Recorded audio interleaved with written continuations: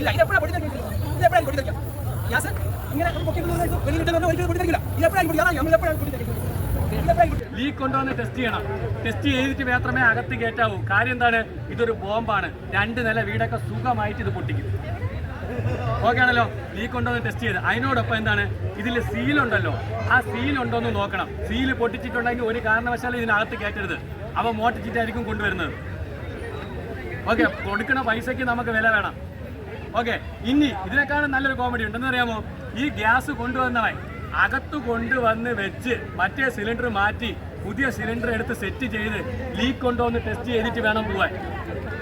ഇത്രയും അയാളെ കൊണ്ട് ചെയ്യിപ്പിച്ചിട്ട് വേണം പോവാൻ. ഇല്ലെങ്കിൽ നിങ്ങളെ വീട് നിങ്ങൾ തന്നെ കത്തിക്കുന്ന പരിപാടിയാണ്.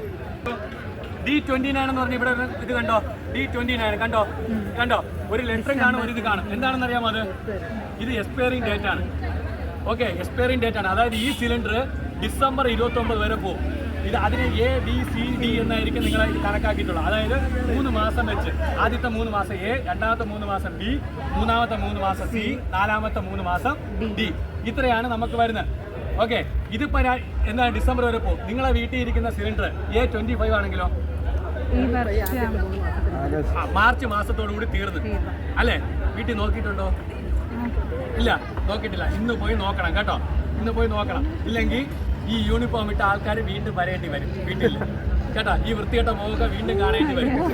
മറ്റേത് ഇന്നത്തോടുകൂടി അതങ്ങ് കഴിയും കേട്ടോ. ശരി, അപ്പോൾ എന്ത് ചെയ്യണം? കറക്റ്റായിട്ട് അറിയണം, കറക്റ്റായിട്ട് അത് അറിഞ്ഞിരിക്കണം കേട്ടോ. അപ്പോൾ എൻ്റെ വീട്ടിൽ പോയി നോക്കാം. ഇനി അങ്ങനെ ഒരു സംഭവം നടന്നു കഴിഞ്ഞാൽ എന്താണ് ചെയ്യേണ്ടത്? നിങ്ങൾ ഗ്യാസ് ഏജൻസി വിളിച്ചു നോക്കിയാണ്. ഗ്യാസ് ഏജൻസി ഉടനെ എന്ത് ചെയ്യുമെന്നറിയാമോ? നാളെ തന്നെ ബുക്കിംഗ് ഒന്നും ചെയ്യണ്ട, നാളെ തന്നെ അവർ പുതിയ ഗ്യാസും കൊണ്ട് വെച്ചിട്ട് ഇതും എടുത്തും കൊണ്ട് അങ്ങ് പൊയ്ക്കോളും. കാര്യം എന്താ അറിയാമോ? അവർക്കറിയാം ഒരു ബോംബാണ് കൊണ്ടുവച്ചതെന്ന് കേട്ടാ. അവർ പറയും, മാഡം നിങ്ങൾ നമ്മളുമായിട്ട് ഒരു കുഴപ്പമില്ല, ഇതോടുകൂടി നിങ്ങൾക്ക് പുതിയ ഗ്യാസ് തന്നിട്ട് അവരങ്ങ് പൊയ്ക്കോളും. ഇത് നടന്ന സംഭവമാണ്. എൻ്റെ ഒരു സ്റ്റുഡൻറ്റിന് അങ്ങനെ നടന്ന സംഭവമാണ് കേട്ടോ. അതുകൊണ്ട് കറക്റ്റായിട്ട് നോക്കി വേണം ചെയ്യാൻ. ഓക്കെ, ഇനി ഈ ഗ്യാസ് എങ്ങനെയാണ് അണയ്ക്കുന്നത് അറിയാമോ?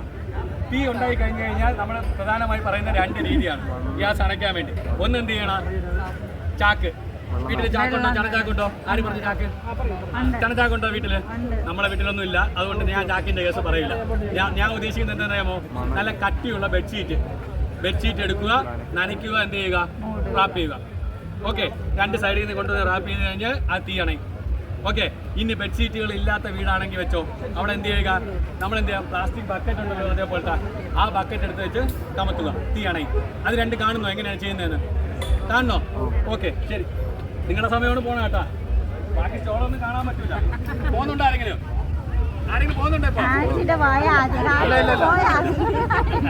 അല്ല, നമ്മളെ കാണിക്കാൻ ഒരു കുഴപ്പമില്ല. നിങ്ങളുടെ സമയമാണ് പോകണം. അതുകൊണ്ട് പറഞ്ഞു ഇനി ആരും ഇവിടെ നിൽക്കും. അതെനിക്കറിയാം. നോക്കിക്കോ, കണ്ട ഇങ്ങനെയാണ് കത്തണ, കണ്ടോ? ഇങ്ങനെയാണ് കത്തണ. ഇനിയിപ്പോ എന്ത് ചെയ്യണം? നമ്മളെന്ത് ചെയ്യണ്ടോ? കണ്ട തീയുടെ ബാക്കിലൂടെ പോകുന്നു കേട്ടോ. ബാക്കിലൂടെ പോയാണ് അപ്രോച്ച് ചെയ്യാളാ കേട്ടോ. അപ്രോച്ച് ചെയ്തുകൊണ്ടോ തീരെ മുകളിലിരുന്നു, കണ്ടോ? റാപ്പ് ചെയ്യുന്നു കേട്ടോ. ഓക്കെ, അറിഞ്ഞോ? കണ്ടോ? ഇതിൽ എന്ത് ചെയ്യുക? റെഗുലേറ്റർ ഡ്രോപ്പ് ചെയ്യുക. ഇത്രയേ ഉള്ളൂ, സിമ്പിൾ. 2 സെക്കൻഡ് കൊണ്ട് തീ അണയ്ക്കാം. ഓക്കെ ആണല്ലോ? ശരി, ഇനി അടുത്ത മാർക്ക് എങ്ങനെയാണെന്ന് നോക്കാം. അടുത്ത എന്താണ്? ബക്കറ്റിന്റെ കേസാണ് പറഞ്ഞല്ലേ. ബക്കറ്റിന്റെ കേസ് അണയ്ക്കുന്നത് എങ്ങനെയാണെന്ന് നോക്കാം. കണ്ടോ? തീ കത്തി. ഇനി എന്ത് ചെയ്യണം? ബക്കറ്റ് എടുക്കുന്നു. കണ്ടോ? ബക്കറ്റ് എടുത്തിന് തീയുടെ പിന്നിലൂടെ പോയി അപ്രോച്ച് ചെയ്യുന്നു. അത് കഴിഞ്ഞ് എന്ത് ചെയ്യുന്നു? ബക്കറ്റ് ഉണ്ടോ? നേരെ സ്ട്രൈറ്റ് ആക്കുന്നു. ഓക്കെ, ഒറ്റ സെക്കൻഡ്. കണ്ട, ഇത്ര ഈസി ആയിട്ട് അണയ്ക്കാം.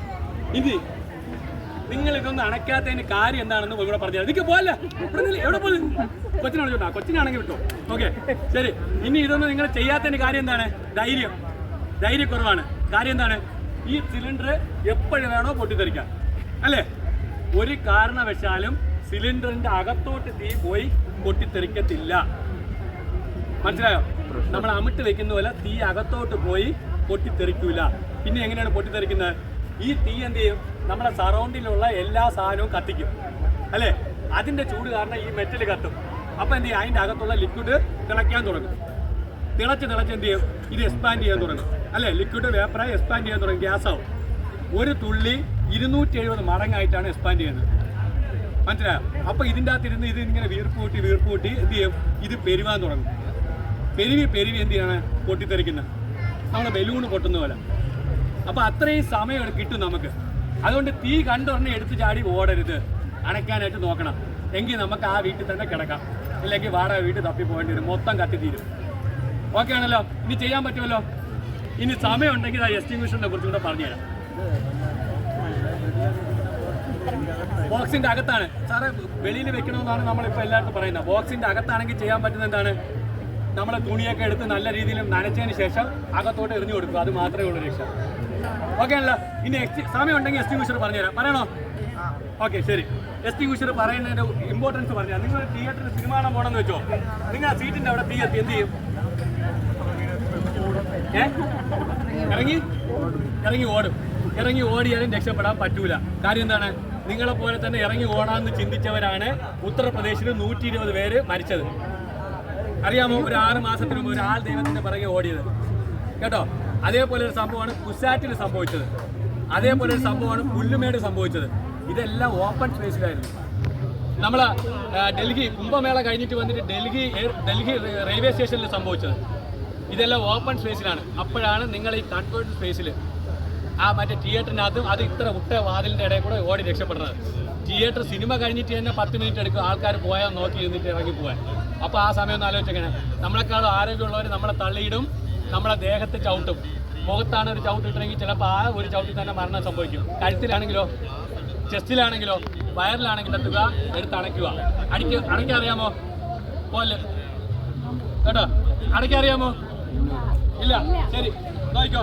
എക്സ്റ്റിങ്വിഷർ അണയ്ക്കാനുള്ളത് കണ്ടോ, പാസ് PASS, ആദ്യത്തെ 4 അക്ഷരം അത് മാത്രം നോക്കി. ആദ്യത്തെ പി എന്താണ്? ഫുൾ ദ പിൻ. കണ്ടോ, ഈ പിന്നൂരുക. പിന്നൂരെന്ന് വെച്ചാൽ ഈ ലിവർ ഫ്രീ ആവാൻ വേണ്ടിയാണ്. കണ്ടോ, അത് കഴിഞ്ഞ് എന്ത് ചെയ്യുക? എയിം ചെയ്യുക. തീയിലോട്ട് എയിം ചെയ്യുക. അത് കഴിഞ്ഞ് എന്ത് ചെയ്യുക? സ്ക്യൂസ് ചെയ്യുക. സ്ക്യൂസ് ചെയ്യുന്നത് ഇത് പ്രസ് ചെയ്ത് കൊടുക്കുക. കണ്ടോ, ഇവിടെ സ്വിച്ച് കണ്ടോ, ഇത് പ്രസ് ആവാൻ വേണ്ടി, ഈ ബട്ടൺ പ്രസ് ആവാൻ വേണ്ടിയാണ് അത് റിലീവ് ചെയ്യണം. ഓക്കെ, ശരി. അത് കഴിഞ്ഞ് എന്ത് ചെയ്യുക? സ്വീപ്പ് ചെയ്യുക. കാരണം തീയുള്ള ഭാഗത്തെല്ലാം ഇങ്ങനെ കാണിച്ചു കൊടുക്കുക. ഓക്കെ, ഇതിൻ്റെ അകത്തൊരു കെമിക്കൽ പൗഡറാണ്, ഡ്രൈ കെമിക്കൽ പൗഡർ എന്നാണ് ഇതിനെ പറയുന്നത് കേട്ടോ, മോണോഅമോണിയം ഫോസ്ഫേറ്റ്. അത് കാരണം എന്ത് ചെയ്യും? തീ അണയും. അപ്പോൾ നമുക്ക് എങ്ങനെ അണയ്ക്കാൻ നോക്കാം, ജസ്റ്റ് ഒന്ന് നോക്കാം.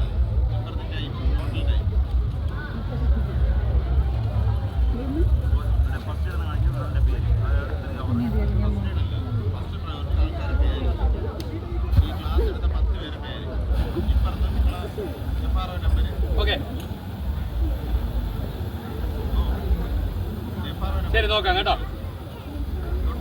കണ്ടോ, തീ കത്തിക്കൊണ്ടിരിക്കുന്നു. നമ്മൾ എന്ത് ചെയ്യുന്നു? എക്സ്റ്റിങ്വിഷർ എടുത്തു. എക്സ്റ്റിങ്വിഷർ കയ്യിലെടുത്തു. അത് കഴിഞ്ഞ് എന്ത് ചെയ്യുന്നു? പിന്നൂരുന്നു. കണ്ടോ, പിന്നൂരിയതിന് ശേഷം എന്താണ്? തീയിലോട്ട് എയിം ചെയ്തു. എയിം ചെയ്തതിന് ശേഷം എന്താ കണ്ടോ, സ്ക്യൂസ് ചെയ്യാൻ പോവുകയാണ് കേട്ടോ. സ്ക്യൂസ് ചെയ്യാൻ നോക്കിക്കോ. കണ്ടോ, ഒറ്റ സെക്കൻഡ് കൊണ്ട് നമുക്ക് അണയ്ക്കാൻ പറ്റും. ഓക്കെ, ഇനി ഇതെടുത്ത് അടിച്ച് കാണിച്ചെന്ന കാര്യം എന്തെന്നറിയാമോ? അടിച്ചപ്പോൾ ഒരു സൗണ്ട് കേട്ട്, അത് നിങ്ങളെടുത്ത് അടിക്കാൻ നേരത്ത് ആ സൗണ്ട് കേൾക്കും. പേടിച്ച് ഓടാതിരിക്കാൻ വേണ്ടിയാണ്. വെറുതെ വലിയ ജാടയിൽ എടുത്തും കൊണ്ട് പോകും, അവസാനം നാണം കെടും. ആ പേടി ശരി, ആ ഒരു പേടി ഒഴിവാക്കാൻ വേണ്ടിയാണ്. ഒരാൾ വേണമെങ്കിൽ വന്നൊന്ന് അടിച്ചു നോക്കുമോ? ഒരാൾക്ക് വേണമെങ്കിൽ വന്ന് അടിച്ചു നോക്കാം.